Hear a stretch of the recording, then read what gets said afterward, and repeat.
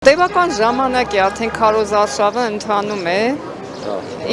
Ինչ գնահատական կտաք, պարոն Ղազենյան, քարոզարշավի ընթացքին հաշվի առնելով եւ իշխանական կողմի իշխանական կուսակցության ղեկավարի վարքը, խոսույթը եւ ընդդիմության դեմ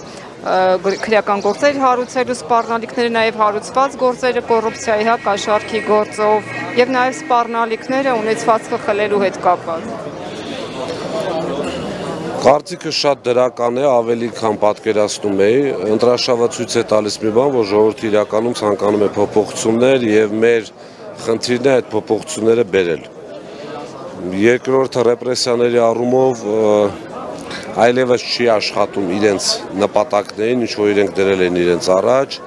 անգամ եթե նկատել եք այդ ձայնագրություններն էլ չեն լսում մարդիկ, որովհետեւ պարզ արդեն ինչ է, ընտրակաշառք որպես այդպեսին գոյություն չունի, որովհետեւ քննիչները շատ լավ գիտեն ընտրակաշառք հասկացությունը ընդհանրապես ինչ է։ Այդ իսկ պատճառով այդ վախի մթնոլորտը ինչ որ չափով ազդում է մարդկանց վրա, բայց մարդիկ բոլոր այլ խողովակներով ասում են, որ մենք ձեզ հետ ենք, ուղղակի հաշվի առնելով վախի մթնոլորտը չեն ցանկանում այսպես տեսախցիկների առաջ կամ որոշ մարդիկ նաև հանդիպումներից խուսափում են, բայց համոզված ենք, որ եւ դա շատ նորմալ է, քանի որ մարդիկ ընդդիմությունից չեն վախենում, իշխանությունից են վախենում։ Այդ իսկ պատճառով նաև որոշ առումով լուր մերժում է լինելու իշխանություններին։ Տեսեք, այս գյուղատնտեսական մթերքների սահմանափակումները, գազը թանկացնելու հետ կապված նախազգուշացումները իշխանությունը անմիջապես չէ, բայց մերձ իշխանական օղակները ներկայացնում են որպես ընդդիմության համար Ռուսաստանի կողմից մղվող հիբրիդային պատերազմի տարբերակներից մեկը, տարրերից մեկը, իբրև թե սա միջոց է ժողովրդի վրա ճնշելու եւ ստիպելու, որ իշխանություններին չընտրեն։ Դե անամոթության գագաթնակետն է, մարդը կարա 3 օր առաջ ասի Պուտինի հետ ես ընկերություն եմ անում, 200 չգիտեմ թիվ էր ասում, քանի անգամ հեռախոսով խոսել եմ, հաշվել էր երևի, հետո ասի ընդդիմությունը հենց արեց, որ մեր գյուղատնտեսական ապրանքները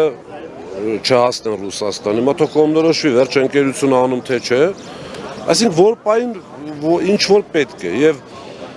իր թիմը այսպես արժե զրկել իր ղեկավարը, տեսել եք, չէ՞ ինչ է կատարվում։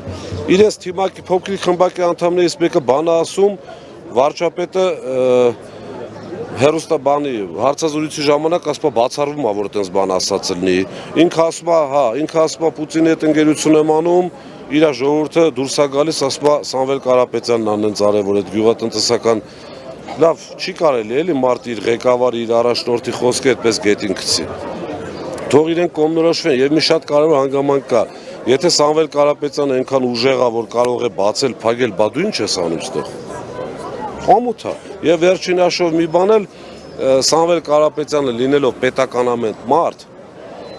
վաղուց ունենալով շատ հնարավորություններ, հաստատ կարող է շատ բան անել, բայց մի քանի հոգու պատճառով հաստատ ինքը Հայաստանի Հանրապետությանը վրաց չի տա, Հայաստանի Հանրապետության ժողովրդին, բացառվում է դա։ Երեք սպառնաց, որ հերթական գործն է հարուցելու Սամվել Կարապետյանի դեմ, եթե լսել եք, որքանով հիմքեր կան այդպիսի գործ հարուցելու եւ ձեր թիմում քննարկումներ ընթանում են այս ուղղությամբ։ Ճիշտ ասած տղամարդը պետք է իր խոսքի արժեքը իմանա, էլի չի կարելի 8 տարի մի բան գոռալ ու չանել։ Հիմա նորից կներեք, հիմա նորից մանդատ է ուզում, չէ՞, ասում է մանդատը տվեք, տեսեք ինչ եմ անում, 8 տարի ինչ ես արել։ Դե այդ խոսքի արժեքը կորցրած մարդուն կարծում եմ ժողովուրդը այս անգամ հաստատ կճանապարհի ու չի հավատա։ Շնորհակալություն։